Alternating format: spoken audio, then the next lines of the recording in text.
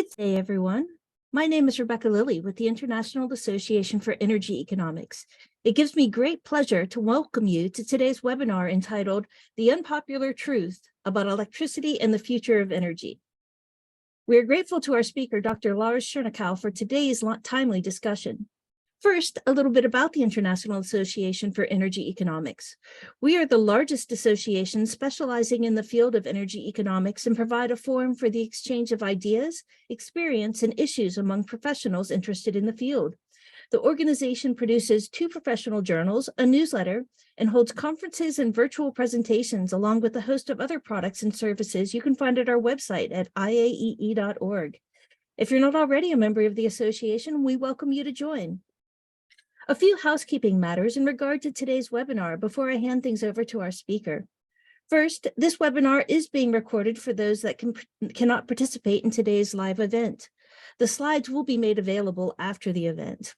If you have questions for our speaker, please click the Q&A button at the bottom of the Zoom window and type your question. We have allocated time at the end of the webinar to read and answer them. And now I would like to introduce you to our speaker, Dr. Lars Schernikau. Lars is an energy economist, entrepreneur, commodity trader, and book author on energy commodities. He currently lives in Europe and Asia. Lars, over to you.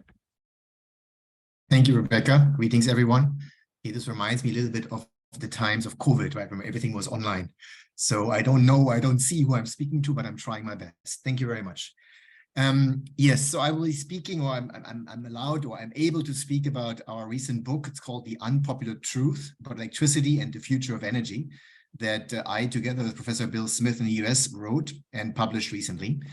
And it comes more from a macroeconomic point of view of thinking about energy and the future of energy. And I hope that some of what I'm sharing today will be also new or interesting for you. I always give my disclaimer first. Everything I say is my personal opinion, of course, and not the opinion of any of the organizations I am associated with.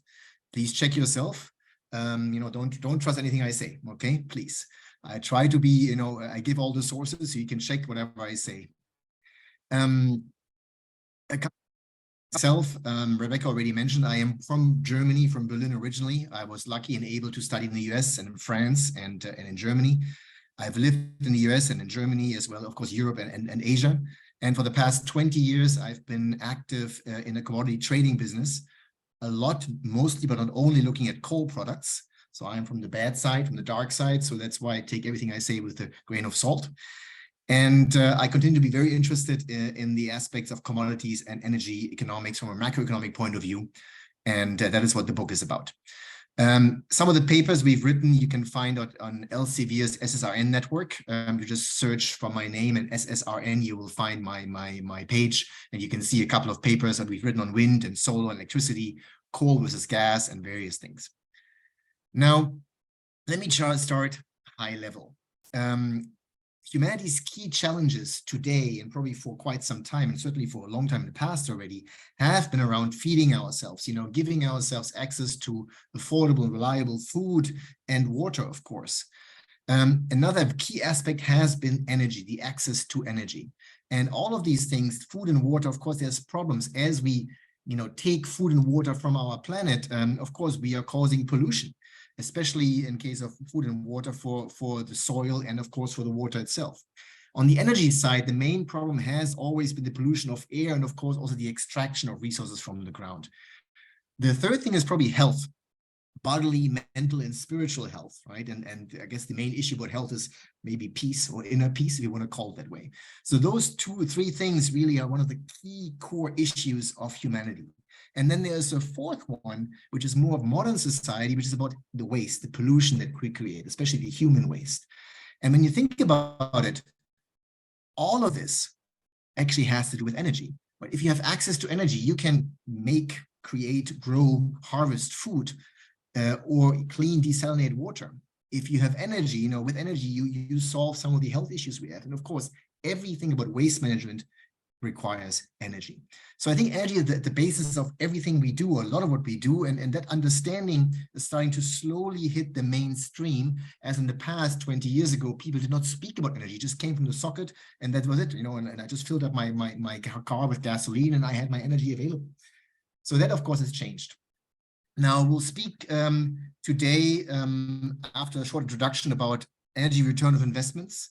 And we speak about cost of electricity, a very important subject. And then, of course, what next? And hopefully we'll have a bit of a discussion afterwards. I expect an hour, 10 minutes in total, including discussion, but I'll try to keep my presentation to 45 minutes, roughly, approximately. The triangle of objectives for energy policy, I think everybody is aware of. The security of supply is a key issue. The affordability of supply is a key issue. And of course, environmental protection is a key issue. And the environment consists of many issues. It's not just climate as it appears to be the way from the media today. There's much more. There is pollution, which we are aware of.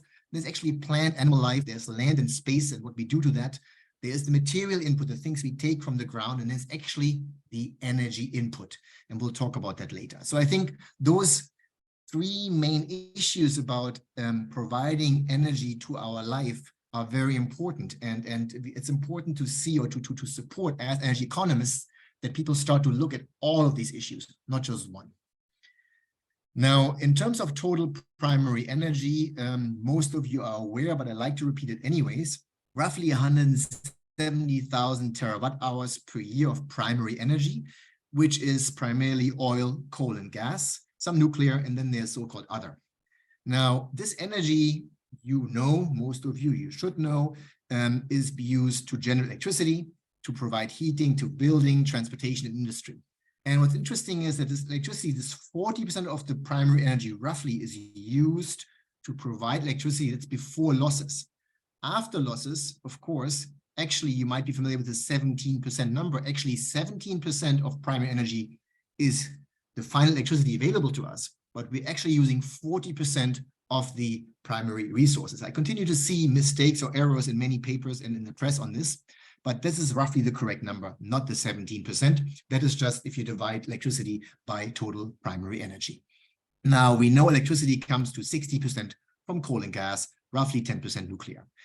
Now, wind and solar have made up last year roughly 4% of total primary energy, and of electricity, it's about 10% already, maybe even a little bit more. It depends who you believe or what numbers you use, but it's not relevant for our discussion today.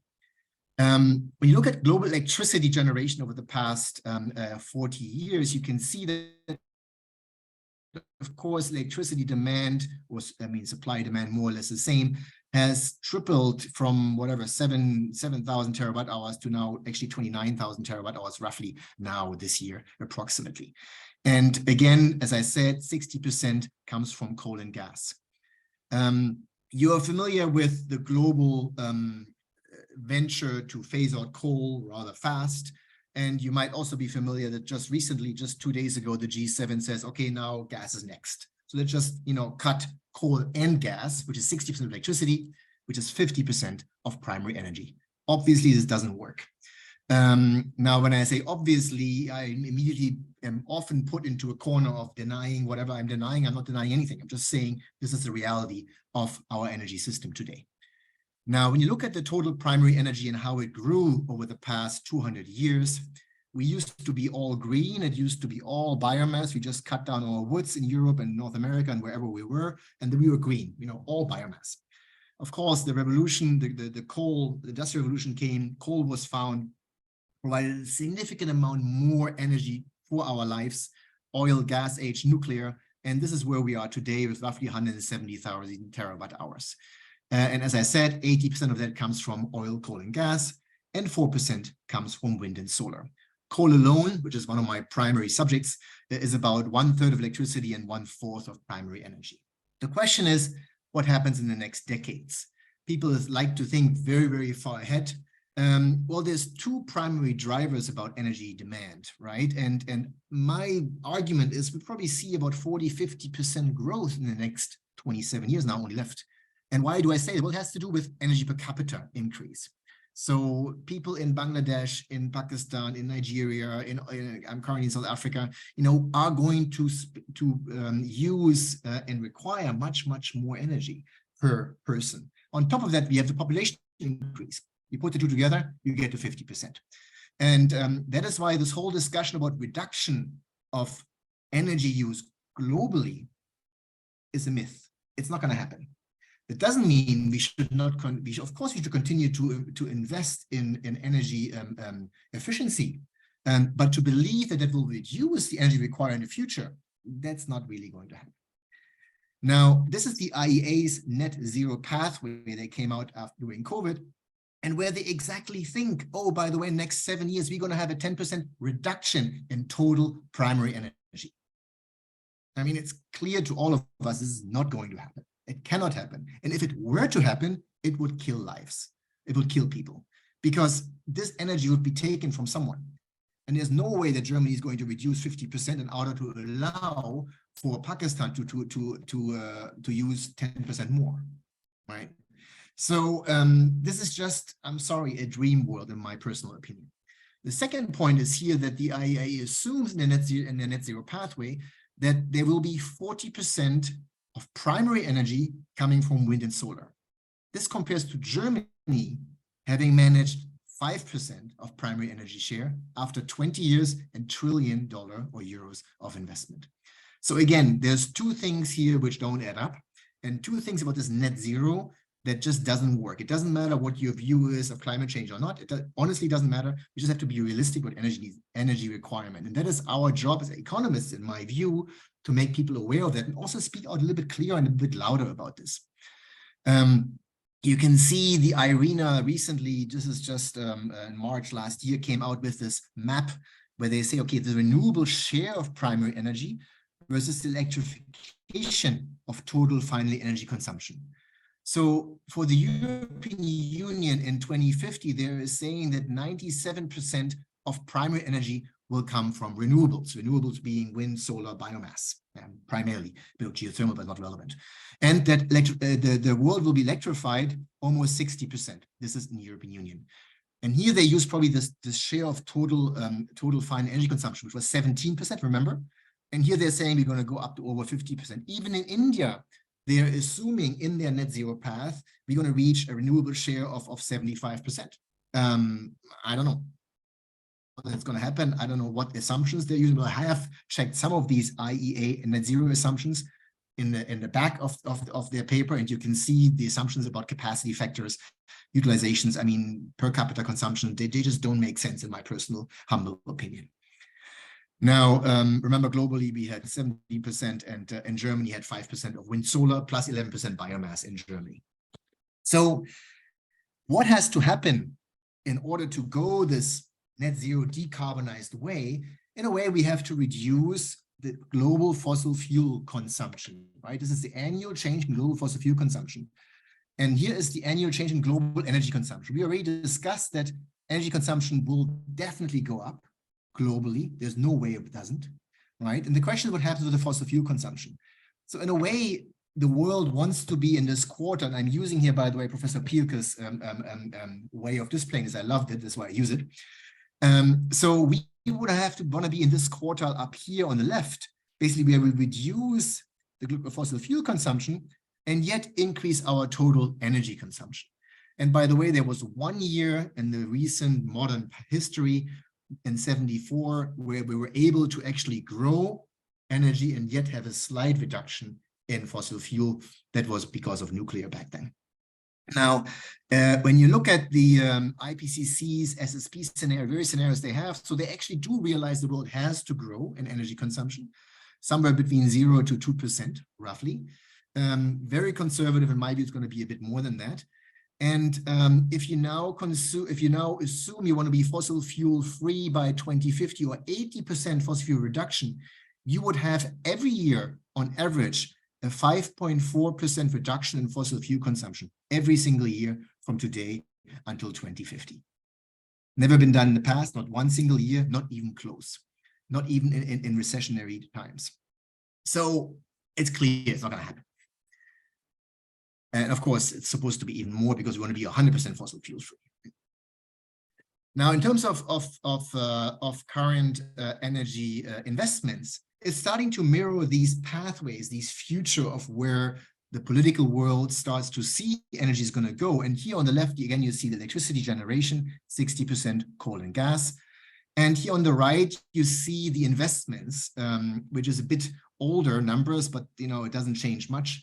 And you can see that actually almost half of investment has gone into wind, solar, and other renewables. And in this case, coal has received, which provides 36% of electricity, only received 19% of investment. So you start to see this investment disparity. We're investing a lot into a renewable future, and in my view, not investing enough what is the basis of today's energy supply. And I'll come to that a little bit more later.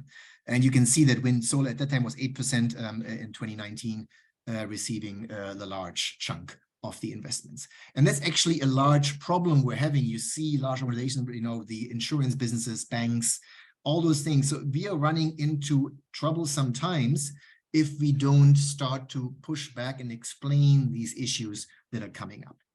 Now, my own country, Germany, is always a beautiful example. And you know that Germany just on the weekend turned off its last 4 gigawatts of nuclear capacity. So this is 21 installed power generation capacity. You can see that Germany 20 years ago, at the beginning of the Energiewende, had about 115 gigawatts. And today it's 240 gigawatt of total installed power capacity. And with that, Germany managed to have the highest consumer electricity prices in the world, 3 times higher than the US, 6.5 times higher than China. You wonder, why do they have the highest prices if they are renewable and renewables are the cheapest? Well, it's because they're not the cheapest. We'll talk about that. But what Germany has managed with is probably $1 trillion euros. Officially, they say 500 billion, but it's actually a trillion with everything. What they have managed is they managed to provide about 30% of their total electricity production from wind and solar. So you can see on the left that wind and solar is now the vast majority of the installed power capacity. They have more than doubled the installed capacity. With that, they managed to replace 30% of fossil fuel consumption. And Germany is great because Germany's total consumption doesn't grow. So it's more or less stable or the same. That's why it's a beautiful example to see in a world where there's no energy growth. So in terms of primary energy, they managed the 5%. Now, this is a bit of probably not quite right, because the way they count primary energy is a little bit wrong. So they're assuming that 1 kilowatt hour of solar goes into primary energy. Actually, it takes more primary energy to get that 1 kilowatt hours of solar, but that's not counted. So that is why you have a reduction in primary energy in Germany, even though it's not quite correct in my view. But that's a side note. Now, what's important is that the world as a total has 8,000 gigawatt or 8 terawatt of total installed capacity a couple of years ago, maybe now more. And Germany had, by the way, a peak power demand of approximately 80 gigawatt, roughly. And you can see that this 20% reserve margin, basically in the past, where you had 115 gigawatt of reliable dispatchable power capacity, has been reduced, and now especially with nuclear being gone out completely, you can see that actually this reliable capacity is now starting to hit that peak power demand as a total. And that is where the problem starts to arise, right? And where your dispatchable reliable power capacity is not enough anymore to provide the peak power demand. Talk about that. Now, looking at the world, and this is from BCG, I used to work at BCG for 6 years in the past, and they had this report in 21 about mastering the scale in renewables. And at that time, they were saying 2019, there was 1.5 terawatt of wind and solar globally installed. And they predicted that that needs to reach 8.6 terawatt, just wind and solar, in the next 7 years. Now, by the way, in March last year, we hit the first 1 terawatt of solar installed globally. And you remember that the world as a whole has roughly 8 terawatt of installed capacity. Of this 8 terawatt, by the way, 2 terawatt is coal. And now we just have 1 terawatt of solar, which providing, maybe 1.5% of electricity, versus 2 terawatt of coal providing 35% of electricity. So you start to see the problem, and you listening here are probably all aware of this. I point out anyways, because BCG also says, oh, by the way, to reach those targets, we're going to have to double that capacity again 10 years later. And we're going to have to again double it, not from 2030 by 2050. So we are going to triple our installed capacity just from wind and solar, actually quadruple it, right, in total, to somehow reach those targets you saw before by the IEA net zero pathway. Talking about now energy return of investment, and we'll try to put it together towards the end. Most people on this call will be familiar with the concept. I repeat it anyways. So we are no return of investment. I invest $1, I hopefully get $2 out in the not too distant future. That's return of investment. And the same logic actually exists with energy or electric energy. So you have to, in order to generate electricity or to produce, you don't really produce energy, but to make energy available to the final person, you need to actually first invest energy and a few other things to get that energy out. And that's called the eROI, energy return of investment. And that basically, in a way, measures the net energy efficiency of the, I call it production of energy. Again, you don't produce energy, you can only convert it from one form to another form, but in our sense, to produce usable energy for our purposes. Okay, and that measures the net energy efficiency. Right? And what's interesting is we look at the past, this is the UK, over the past, 700 years. And you can see that in the past, before the Industrial Revolution, we were spending 70, 80, 60% of our time of basically collecting fuel to keep us warm, food for the animals to keep us fed, and for other food that we grew. So basically, historically, the world or people were primarily using their own muscle power and energy and time to basically just survive, to sustain themselves, keep themselves warm, and to feed themselves. Now, the Industrial Revolution with the development, but the finding coal, discovering coal, was able to reduce the time significantly. Today, we're probably around 10% roughly. We talk about that later again, because it's actually going up again. But making the world, giving the world or people the opportunity to spend 90% of their time, to play soccer, make babies or whatever. We can start to, do art, we can start to build things, start to be creative. We didn't have to worry about surviving all the time. And that is because of those fossil fuels we found, which is okay. We're all aware of that. There's nothing wrong with this. Now, the energy return of investment today, so basically energy in and out, probably the most efficient is nuclear. So nuclear, in terms of how much energy you need to dispose to get 1 kilowatt or gigawatt hour of electricity in the end, is relatively little. And I don't have numbers here because actually numbers are not quite clear. And we're trying to work on a new study on this. There's many studies already, but not a lot. But nuclear is the most efficient, is all we can say in terms of energy input versus output. That's all I'm saying right now. Second is probably actually hydro. Hydro is very efficient despite the large dams you need to build. Once you've built it, you don't have any more fuel to expend. And it's relatively energy efficient in producing energy. And again, I keep saying producing energy, generate electricity. The thermal way of generating electricity, which is coal and gas primarily, is probably the third most efficient. And that was the basis of the Industrial Revolution. So it's a very safe way of just combusting something we find in the ground, just combusting it and generate electricity. Interesting is that when we talk about money, and here I talk about the full cost of electricity, I'm not talking about the levelized cost of electricity, but talking about the full cost. Nuclear probably is the most expensive of those three, and thermal is probably the cheapest of those three. Now, talking about the future and talking about renewables, so-called renewables. Wind, solar, biomass have an extremely low eROI, energy return of investment. Now, the renewable lobby or people says that's not relevant because we have enough. It doesn't matter how efficient it is because there's so much solar and wind out there. It doesn't matter how efficient it is. I would argue otherwise, but anyways, that's what it is. So I don't think there's any argument that wind, solar, and biomass has a very low eROI. The question is how low, that we are trying to find out in one of our studies, and some studies are already done, and we'll talk about that. Now, funny enough, it happens to be the most expensive way of produce or generate electricity. Again, I'm talking about the total full cost, not a marginal or levelized cost. And just to consider yourself, you saw that first graph. Actually, there is a minimum eROI required to sustain society today. In order to fly to the moon, in order to do, to have hospitals, in order to have schools, in order to do crazy scientific stuff, you need to be extremely energy efficient as a society in order not to be constantly working on providing electricity or energy to the society. So you need that, and that minimum has been discussed in the press, scientific press as well, somewhere between 6 to 10 times. And there's an argument that actually wind, solar, and biomass are below that threshold. And of course, some of you may come back, yeah, I don't really believe it. I'm not going to have a discussion today. There is a lot of press out there, and we're going to try to prove that with real numbers. Some of it has already been proven. Now, what's interesting is that pre-industrial revolution, the Romans were actually the most advanced society in human history. They probably had an eROI of roughly 2 to 1, 2 times 1. And interesting enough, that was the reason why Roman cities could not grow beyond 1 million people, because they couldn't get enough energy into the city, to sustain itself.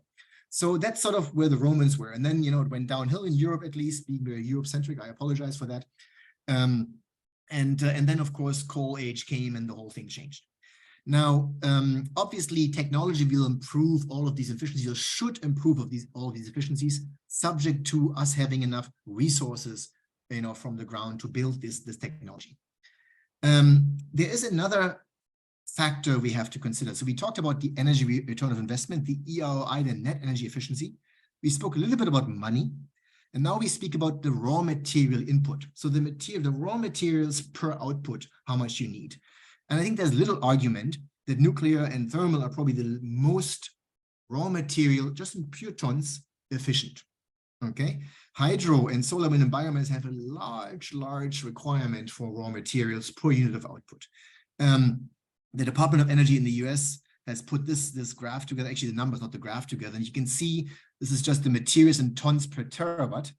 If you go to their paper, it actually says terawatt hour. I don't believe it's terawatt hour. I thought it was terawatt, but whatever it is, you can see that coal, gas, nuclear are very efficient.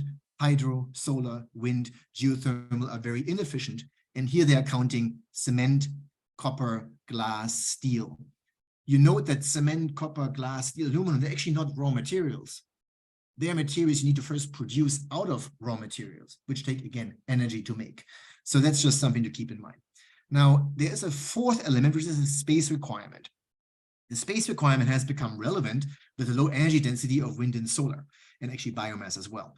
So the amount of space required for so-called green technology is extremely high.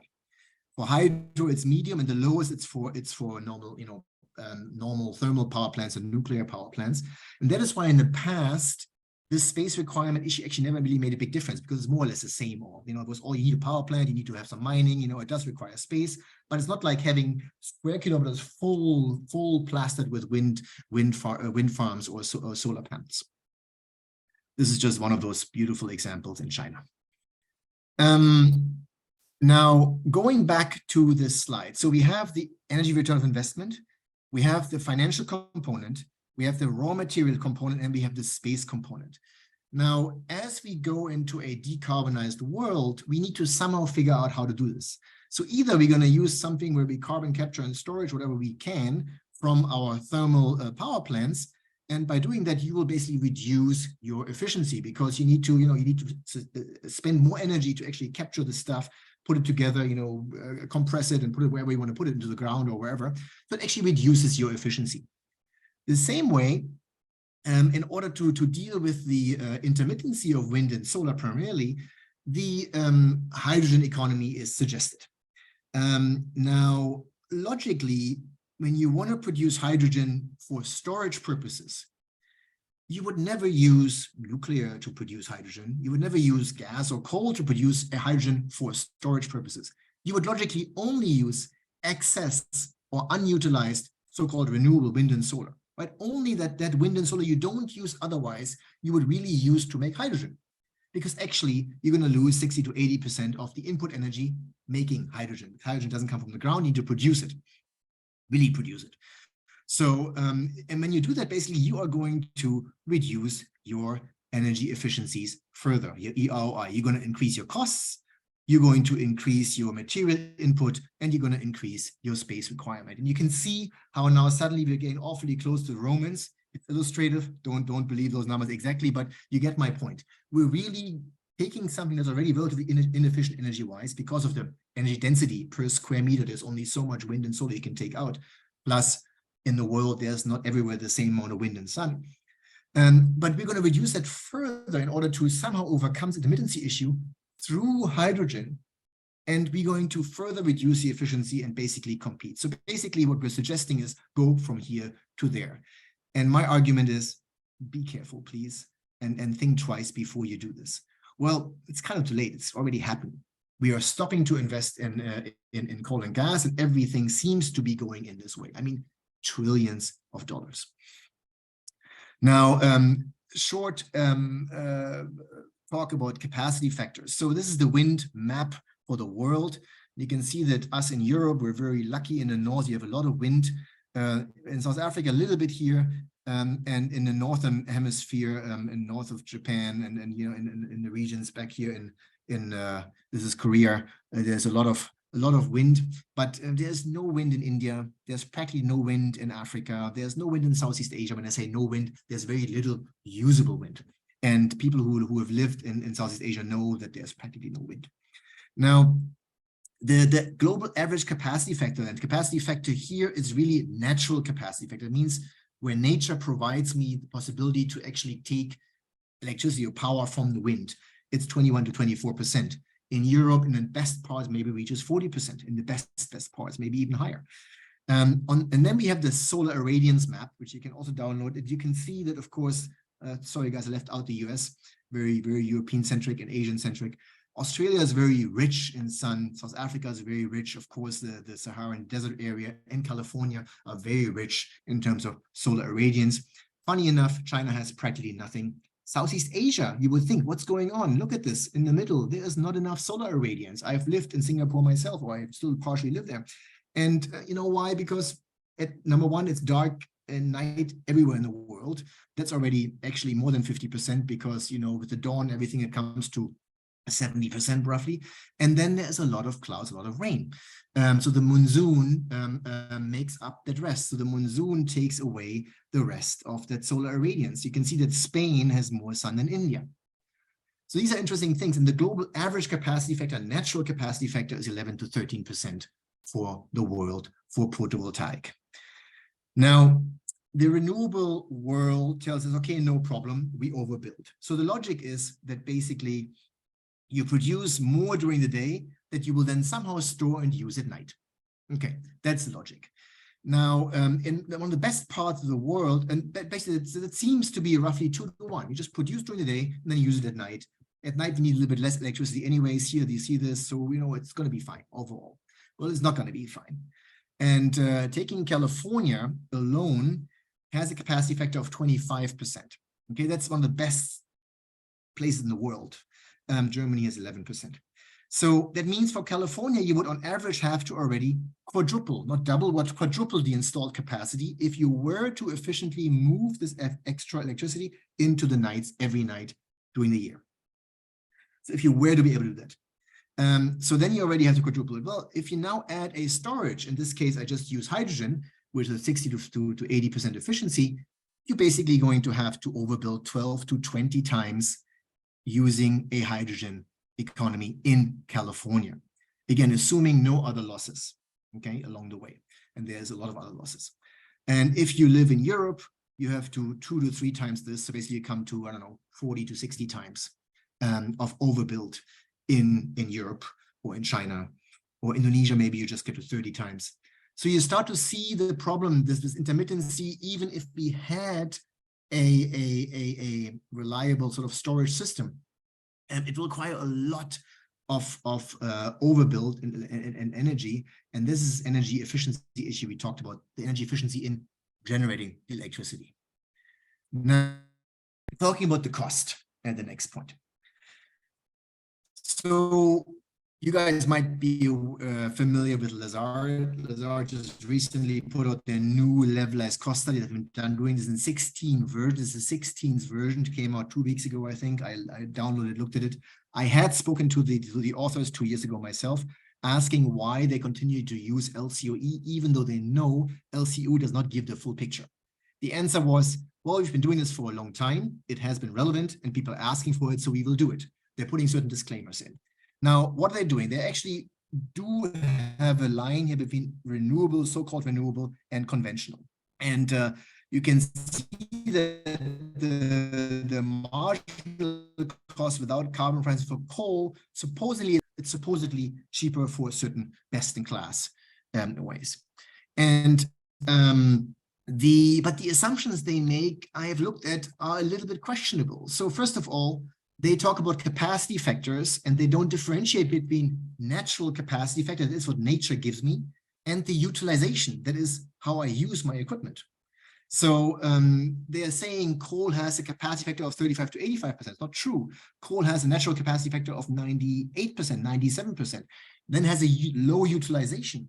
That means the more wind and solar I have, the less I utilize the coal and the less I utilize my equipment. And that's what they sort of compare to a capacity factor of solar of 15 to 30%. It's not true either.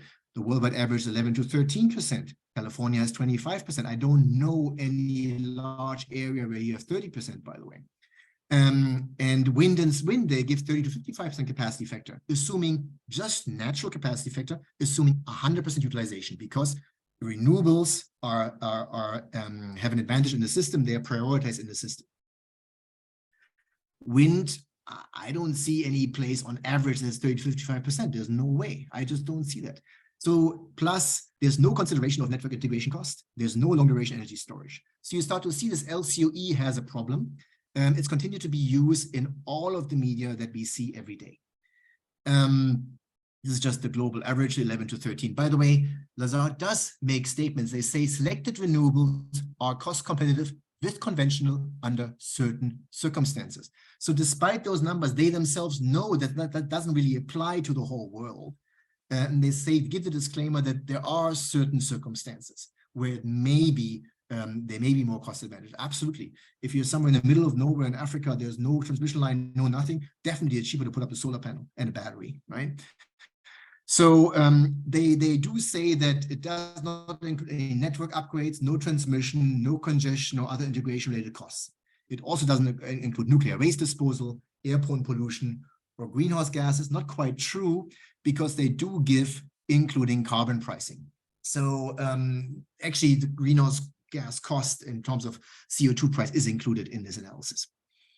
Okay, the OECD pointed out already a couple of years ago, when variable renewables increase the cost of the total system, so they actually know variable renewables, wind and solar, do increase the cost of the total system. No question for them.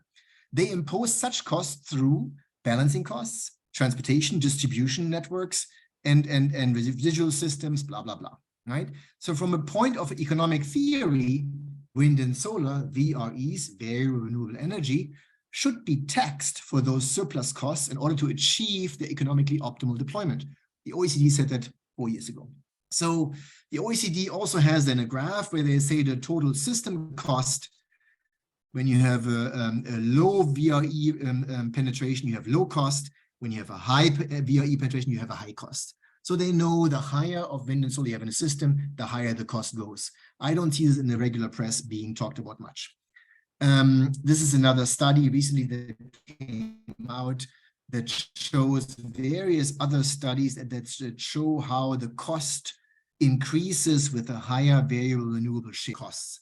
Logically, we all understand this as energy economists, and many papers have been written about this, but this has not been, even in my view, in the energy economist societies that we're involved in, is openly admitted easily. Rebecca, can you still hear me? I just had a message here that I'm difficult, unstable connection. Can you give me feedback? Your audio got a little garbled for a moment, but you're currently sounding good. Thank you very much. So this is the IEA September last year, just recently putting out a report in Indonesia, and they are saying Okay, coal has a certain LCOE, but in South Africa, in Brazil, wind and solar are cheaper. I mean, that is what the IEA is showing the leaders, the politicians every day. In Indonesia, they do admit Indonesia is not quite the case because Indonesia doesn't have much solar rain, doesn't have much wind. So they do say that it has higher cost than coal and even gas. What they're missing is, of course, the integration costs of variable renewables as well as backup costs. So it is really dangerous in today's world because it is our job as economists to continue to inform people about this very important fact that wind and solar are not cheaper under any circumstance other than when you have very small penetration levels. The more you have, the more expensive they get. So logically, when a world moves to more variable renewables, the costs will increase logarithmically. By the way, the IEA themselves says in one of the other reports, by the way, the system value of variable renewables such as wind and solar decreases as their share in the power supply increases. In other words, the more wind and solar in the system, the higher the cost. So despite the fact that the IEA knows this, they continue to push the LCOE measure in their communication to the global leaders worldwide in this. And this has implications. BBC last year, switching to renewables energy could save trillions. Study says. What does the study say? The study uses LCOE, right? Last week, Europe or Germany very worried about nuclear exit, and the vice president of the German parliament says the price of electricity will of course become cheaper. She doesn't know better. She is continuously told it's cheaper. It is not. It is unfortunately not. And in many aspects of the IEA, I go more than these people don't know it. But many people do know it, and they continue to put out the message, and I find that very, very concerning because increasing the cost of electricity does what? Fine, my electricity bill will go higher. Okay, no big deal. Well, a little bit of a deal, especially a deal if you are not, in the top 50% of income. If you're at the bottom 50% of income, your portion of energy will increase dramatically. And if you live somewhere really in far Africa, you might not at all get any electricity because you can't afford it anymore. Before you could afford it, but now you cannot afford it anymore. And not having energy means shorter lives, and not as healthy, and yeah, basically dying earlier. So higher costs of energy, higher costs of electricity has an immediate impact on life. And I'm not even talking about industries, right? The German industries have started to leave the country partially because of generally high energy costs and because of insecurity about future reliability and costs of energy. Now, what should we then use? So we've written one paper, and also it's managed in the book. So this levelized cost of electricity primarily talks about cost of building the infrastructure, cost of the fuel, and in the cost of fuel, often they put in the CO2 cost as well, and then the cost of operation. That is basically levelized cost of electricity. In the past, it's fine, makes perfect sense for for coal, for gas, for nuclear, those are relevant costs, right? Well, it does not include transmission, conditioning, balancing. It does not include storage or backup, which is different, right? Backup or storage. Backup is basically a gas-fired power station not running. Storage is a battery or hydrogen or whatever, yeah? It does not include cost to the environment, even though CO2 is cost included in fuel, but there's many other costs to the environment. We talked about the space, we talked about the material. It does not include the cost of recycling. A coal-fired power station lasts 50, 60 years. A solar panel, 15 to 20 years. So it means you have to triple your build just because of the lifetime. And of course, the room cost, what I call the room cost, it's the cost to, land has a cost. And we're not talking about a little bit of an increase in land use and land change. We're talking about large, tripling, doubling, 10-fold, 20-fold increase in land use for energy purposes. And on top of that, there is this, what we discussed, is material input per unit of service, this MIPS. So there is this raw material measure, the tons required to produce a certain amount of energy or electricity in this case, okay? So that is a material input. It's not a dollar metric, but that's a metric that has to be included in when we evaluate our energy systems. Another one is a lifetime. We spoke about lifetime indirectly linked to the recycling cost, right? Not only, but also. So you have to consider lifetime. And of course, you have to consider what we just discussed, the net energy efficiency, energy return on investment. You have to consider this when you evaluate your tool thing. And all of this is what we define as the full cost of electricity, which we have not been able to quantify, but you get the sense of why wind and solar are so expensive in the system. And I'm not against wind and solar at all. I'm just against it to try to replace our existing system because it will cost a lot of suffering in the world, industrial suffering and human suffering, if you use it at grid scale without thinking all the way what it means. Now, just a new paper from EDEL 2022 just came out. The function of supply of electricity markets is not to generate electricity. The function of electricity is not to generate electricity, but to process the time. So actually, the function of our electricity system, and I can see it's unstable. Rebecca, can you hear me? I can. Okay. So, and I would maybe say not only, right? So, but you get the point when you start to think of what the job of electricity generation actually is. It is not just to provide electricity. It's to provide at the right time, at the right place, and at the amount required, because we all are familiar that electricity only works when demand and supply are equal at all times, every second of the day. So EDEL has made this, they call it levelized full system costs. And if you were to go 100% solar, your cost would be, I don't know, 12, 15 times higher or more, 20 times higher than coal. So there are numbers out there. This is for basically 100% share for each of wind or solar. So we do know, and the press, scientific press knows this, but has been not ignoring it, but largely putting it to the side because it doesn't seem to fit our goal to decarbonize, right? So let me give you an example for Vietnam, where I was just recently also held a presentation on this subject. And Vietnam is one of those developing nations, an amazing country, not only beautiful to visit, but also industrially, it's incredible what they have been able to do, developing very fast. This is the power capacity, 49 gigawatt 2018, which is primarily hydro, coal, and a bit of gas. Now, in 2022, basically that capacity has increased to 76 gigawatt. However, 21 was already solar and wind. So you can see that hydro grew a little bit, coal grew a little bit, but the dispatchable power capacity didn't grow that much. Now, interesting is that their total peak demand is only 41 to 45 gigawatt in 2022. So you can see there's enough reserve margin, right, on top of the peak. So they're fine. Now, interesting is that their projection in terms of installed capacity is as follows. So 115 gigawatt by 2030, 200 gigawatt by 2040, 280, 300 gigawatt by 2050, of which 200 gigawatt will be solar and wind. Now, what's concerning is the peak power demand will increase about 5 times in the same time, roughly based on projections. So you can see that by 2030, Vietnam will be where Germany is now. And then they will be in trouble, in serious trouble, because they will not have enough reserve margin anymore. They're hoping there will be some sort of storage available then, but I question that. We learned about hydrogen. We know that batteries are not a reliable long-term, long-duration storage because they can store it for a few hours, right? Even molten salt, maybe a couple of days. So there's no way that I see any viable long-duration energy storage in the next decades. Hydrogen, in my view, will not solve that because it's too energy inefficient. So that is where Vietnam is going. That is where Malaysia is going. That's where Philippines are going. Pakistan is looking at this. So you see that these developing nations are continuing to copy the Western world because they are told it's cheaper. They're told it's cleaner. They're told it's better. So what next?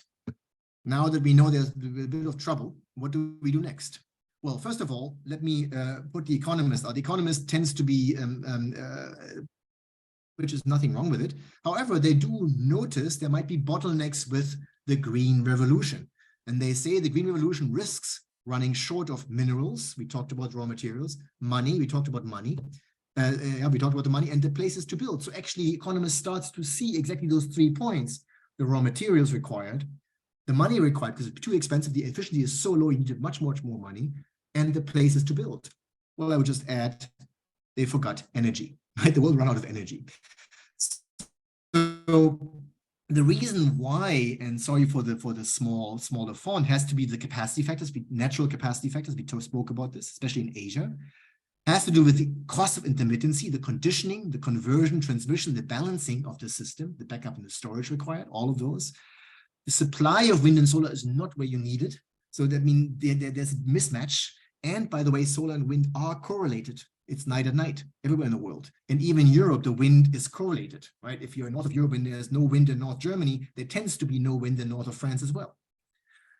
So it definitely has a high correlation. The material inefficiency of wind and solar plus the backup itself. There's also a material inefficiency of the backup itself. If you build a battery, if you build molten salt, if you build whatever, a hydrogen system, electrolyzer, it all requires, again, raw materials to build. There's a short lifetime, and there's actually, we didn't speak about this, climate and environmental impacts of wind and solar and recycling challenges. So for instance, there's a study out that says that the warming caused by grid-scale wind will be more for the next 100 years than the warming caused by the greenhouse gases basically that wind farm took away. Because large-scale wind farms do warm the biosphere. The same is true for large-scale solar farms. So they do have environmental impact, not in terms of space, also in terms of temperatures, in terms of replacement of animal life. Wind, we know about the issues with birds in Europe and in North America. So plus you have the recycling issues. So you understand that there are serious issues, and all of this culminates in this low net energy return, the low eROI. So it's kind of getting out there and starting to be discussed.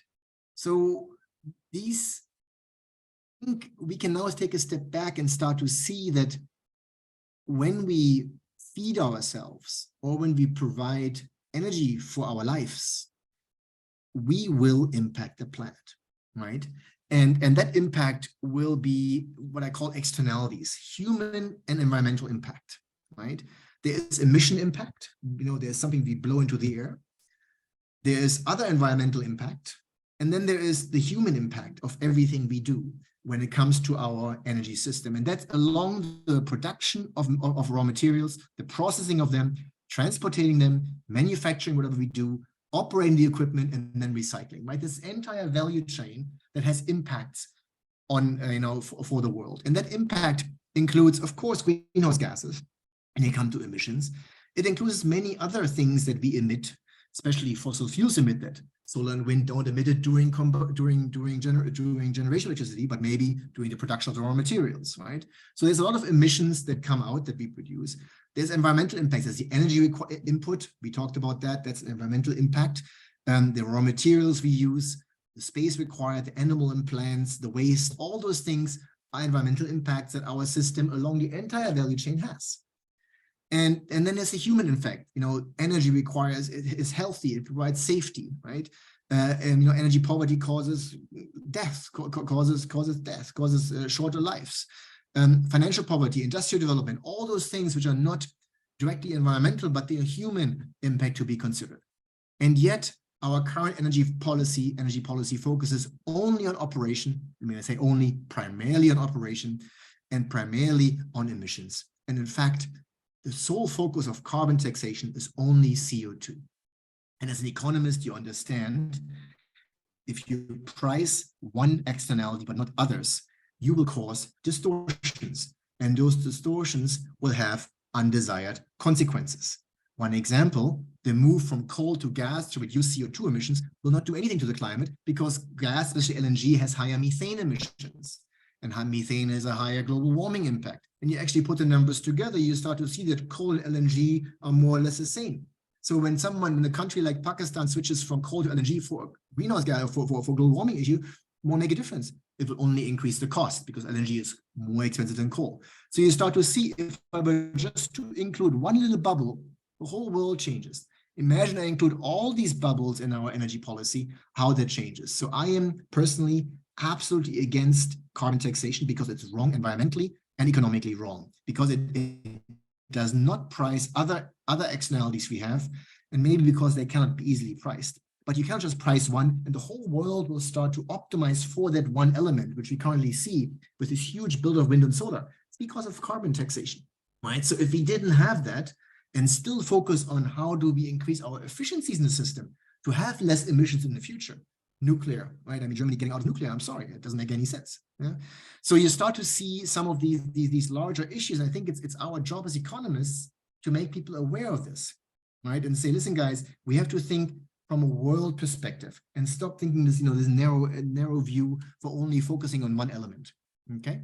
So now you can see, looking at the triangle objective energy policy, you can see that wind and solar will not give me security of energy supply. It will not be affordable.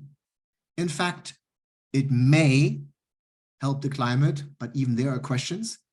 I would argue it gives less pollution on average, but it's definitely bad for plants, animals, definitely bad for land space, material input, energy input. You start to see that actually wind and solar does not comply to any of these three large categories.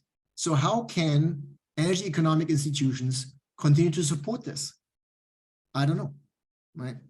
So what is in the future? And people ask me, oh my God, I've had presentations in university and people are like, Lars, but what are you telling me? We're all going to be doomed. Well, I don't think we'll be doomed that quickly, but we do have to think about the future. So in my view, there's two things that have to happen. Number one, I believe we do have to wean off fossil fuels in the long run for two main reasons. Number one, we won't have enough forever. Number two, it won't be enough energy. There'll be so much more energy we require in the future. We want to fly to wherever we want to fly to in space, and the things we want to develop. I mean, you can see already what the computerization, digitization does. So I believe that whatever consumption, per capita consumption decrease in energy or electricity we have will always be offset by continued increase in consuming something else. It's called the Jevons paradox. So we need to wean off. I don't think we're that urgent. We probably have 100, 200 years easily left. So we need to invest in base research, in energy generation, material extraction and processing, storage, superconductors, recycling, all these things we need to invest, really hardcore invest and logically invest, right? And what is that future? The new energy revolution? I don't know. Maybe the nuclear force, fusion, fission will be part of that. I fully propose. I've also invested in that, right? The power of the planetary system. There's so much energy out there, i.e. the sun, but solar panels won't work.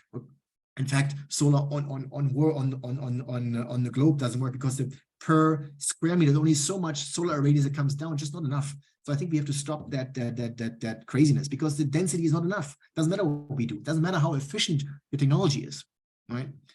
The third one, I believe, is the energy from within our planet. So geothermal is one example. I mean, there's so much heat and energy within our planet. If we find sustainable, affordable ways of extracting that, it would be great. However, so such new energy system may be completely new, maybe presently unknown. I always put a little Mars figure out there, right? I mean, so maybe some alien will come and show us a little rock that has this crazy new source of energy. I have no idea. But in my view, those three main things, plus something completely unknown, that will be part of the solution in the future. We have to be aware, however, that all our energy systems will warm our planet. So if we are worried about warming, if we are really worried, then we have to think a little bit differently. Because there's a reason why cities are warmer than outside cities, right? Because of the amount of energy that energy is never lost. It just basically all ends up in heat transmitted to our environment, to our biosphere, and that heat energy, the more energy we demand, the warmer our biosphere will become just from that. That is why also partially why temperatures increase, not only because of that. Temperatures also increase because of CO2, but CO2 has a declining impact on temperature in the future. It's a logarithmic declining factor. So the more every additional ton of CO2 in the atmosphere has less impact on temperature than the previous tons, right? So, and then there's a second part, which we need to invest in our existing infrastructure to reduce the environmental burden and to increase the efficiency, right? To reduce the waste we generate, waste to power, all those things, reduce poverty, in fact, to weather climatic changes.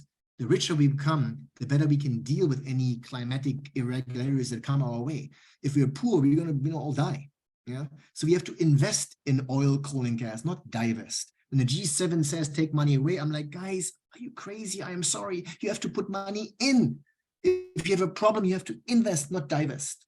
It's 80% of what sustains us. Right? So And if investment in fossil fuels will not increase substantially, a prolonged global energy crisis is difficult to avoid this decade. It's one sentence from our book.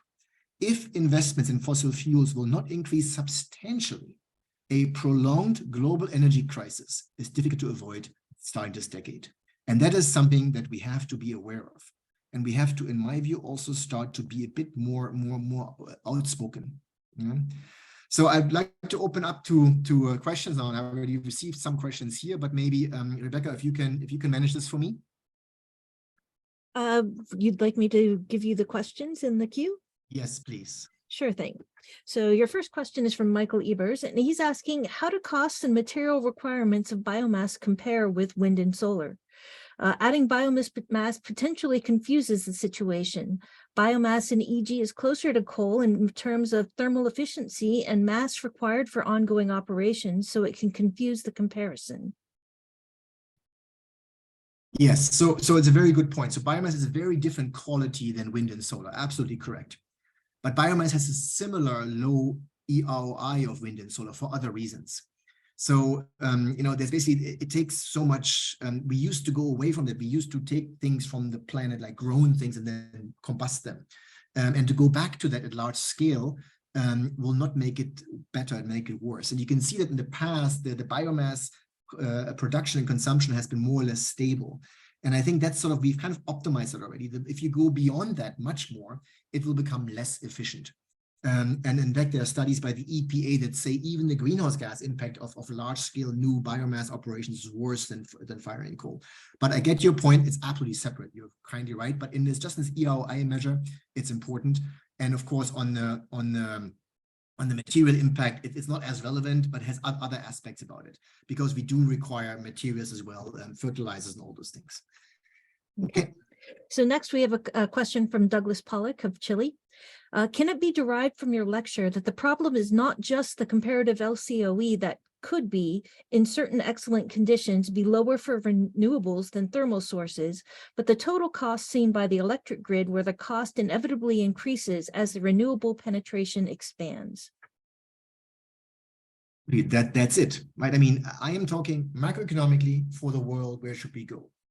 And right now there is this mantra, wind, solar, hydrogen, basically. Okay, that's it. No, that's not it. If we go there, we're starving ourselves of energy. So what you're saying is exactly it. And the reason has to do with the complexity of how electricity systems work. Yeah. Okay, an anonymous attendee asks, could higher reliance of use of fossil fuels coupled with CCUS mitigate the issues that you've highlighted, or would we be dependent on successful development of fusion energy in the longer term? So that aspect of the thermal part of our electricity system, actually energy system, 50% of coal and gas, right? 50% of our energy systems.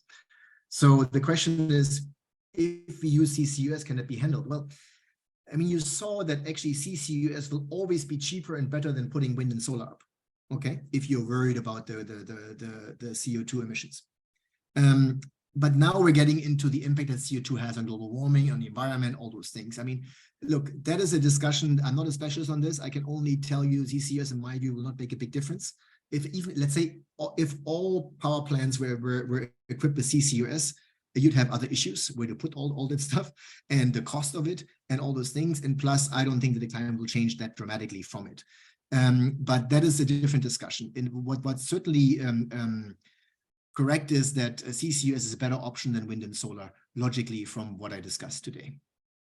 So from Mohammed Awais, countries are aware of generating power from nuclear power.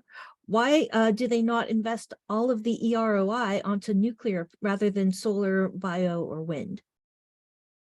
So nuclear has other issues, right? One of them is the cost issue. So you saw that actually nuclear is expensive. And the reason why few countries or many countries did not go is because it's very, very expensive, long lead times and very expensive. And of course, then this whole issue, the worry about the nuclear accidents is very large, even though nuclear is the safest in terms of, death per kilowatt hour produced. But I would definitely argue for more nuclear. Nuclear's share reduced from, I don't know, 15–16% to 10% electricity. I think it has to go up again. It will go up again. I'm pretty sure it will. But my argument is we will not be enough. It will not be enough. Nuclear will not be enough. We need coal and gas and oil. So And anonymous geothermal, everything you can get. An anonymous attendee appreciates your realistic perspective. You mentioned one reason for opposing carbon taxation as the non-emissions impacts on people and land use. How do you think the land use and impacts of fossil fuels compares to wind and solar? Their understanding is that extraction and land use for solar and wind is still less than for oil and gas extraction. Yeah, so I would look right now. I don't have, I have numbers somewhere. So number one, logically, and it's been confirmed by many, many people, you need more tons of stuff to build wind and solar versus tons of stuff to build and even operate coal and gas. And I think so that's one, a land use. But the more worrisome land use for me is that energy density per square meter, right? How much energy can I produce, generate per square meter in a coal and a gas plant, nuclear plant versus solar farm or wind farm? And that is the issue. And that cost, no one has measured. I mean, it's incredible, the cost to the environment, the cost to the people, the cost to industry, the noise, the health effects, all those things. I mean, the bird effects, all those things have not been materialized. So in my view, it is very clear, and I say undisputed, I mean, it's always, I shouldn't say that. But from me, from what I've seen, is very clear that from a raw material perspective, wind, solar at least, are significantly worse than gas, coal, and nuclear. Could you please provide a reference for your statement that the climate sensitivity is nonlinear in CO2 concentrations, i.e. that it has marginally decreasing impact on temperature as emission concentrations grow? Yeah, so yeah, thanks for the question. That's actually a very good point. I only learned that in the past years. I didn't know this myself. So even the IPCC says that in other words, because they're talking about climate sensitivity by definition is a temperature increase caused by a doubling of CO2 in the system. And just because of the definition of climate sensitivity, so they are using 3 degrees per doubling of CO2, in my view, it's more like 1.5 degrees or something, but there's some discussion, there's a lot of dispute in that. But anyways, just because they themselves say it's per doubling of CO2, there's a certain temperature increase. That means when you go from 400 to 800 ppm, they say 3 degrees. Then you go from 800 to 1600, it's again 3 degrees. That's a logarithmic function. So it's actually quite simple when you think about it. And science is very, very clear about that. I can, when you write me an email, I can give you a lot of good background on that if you want to learn about this. Very interesting. Another interesting impact, by the way, I should bring out. Don't forget that CO2 is basis of life. More CO2, more plants. In biology, we learned that plants need CO2, water, and sunlight, basically, to grow. If you increase CO2, you will undisputedly, the WEF says this, the IEA, the NASA says, I can give you sources. The world is actually greener today than it was 40 years ago, despite all the issues we have in the Amazon, everything. And it's greener because slightly warmer, plants like warm, plants like more CO2. And of course, we fertilize more. So those are important aspects which are not being discussed in this climate discussion. And it's not about denying anything. It's just about being true about the positive sides of CO2 as well. All right. But CO2 does cause warming. There's no question about that. Well, there's actually a related follow-up question, which is, what about the health co-benefits of not burning fossil fuels besides CO2? The economic burden of air pollution from fossil combustion is huge. Absolutely. And that is why, Giacomo, I say we have to invest to make those operations cleaner. Because when you all those pollution, air pollution aspects you mentioned, they're very true. But when you go to a new power plant in Germany, you can live right next to it. There's practically a coal-fired power station only has CO2 and water vapor coming out. Everything else is filtered away. I mean, not everything, but practically everything. And imagine if every power plant in the world would be, would have the newest filter technology from Germany, from the US, from France, from wherever. Imagine what we could do to air pollution and how we could improve lives for people much, much cheaper than trying to replace an old power plant with a non-working wind and solar system. But I'm fully with you. We need to invest that. And there's a significant impact we can have there. But don't kid yourself. No net zero possible. That's the last of the questions that we have. Do you have any closing comments? Well, I think from my point of view, not much. So the book, which covers all these things, including a lot of sources, I've given the source, including the links, is on Kindle available as well. It's in German, English, and Vietnamese right now. Will be done in Korean soon. Available on Amazon. There's also one Sage talk I'd done with similar content what we had today. It's in Indonesia. Now, if there are questions about climate, the book Unsettled by Professor Koonin from NYU, I went to NYU, that's why I love it. It's in a very good book, in my view, quite a dispassionate book, purely about the climate science, and put a bit more, aspect into it. There's a new study out now. The more you know about climate change, the less worried you are. It doesn't mean you lose your worry. It doesn't mean we have to not consider it. It's just the more you understand it, the less concerned you are about these apocalyptic messages out there, which are a lot of cases not based on true fact. So I highly recommend this book, Unsettled. And I mentioned before some of the papers I hear. So I think that's it for now. If there are any questions, I do this for fun. It's my spare time. I like doing this. I like learning and reading, and I speak about energy economy, energy policy. I also speak about climate science. If there are questions, climate change. I'm not a scientist in that sense, but I've read a lot over the past years. So if there's any questions, reach out to me. I think, Rebecca, you can give out my email, no problem, to people interested. Thank you very much for listening and your time. I really appreciate it. Rebecca, thank you for organizing. Well, IAEE wishes to thank Lars Schernikau for an outstanding webinar. This webinar will be available on IAEE's website for future downloads.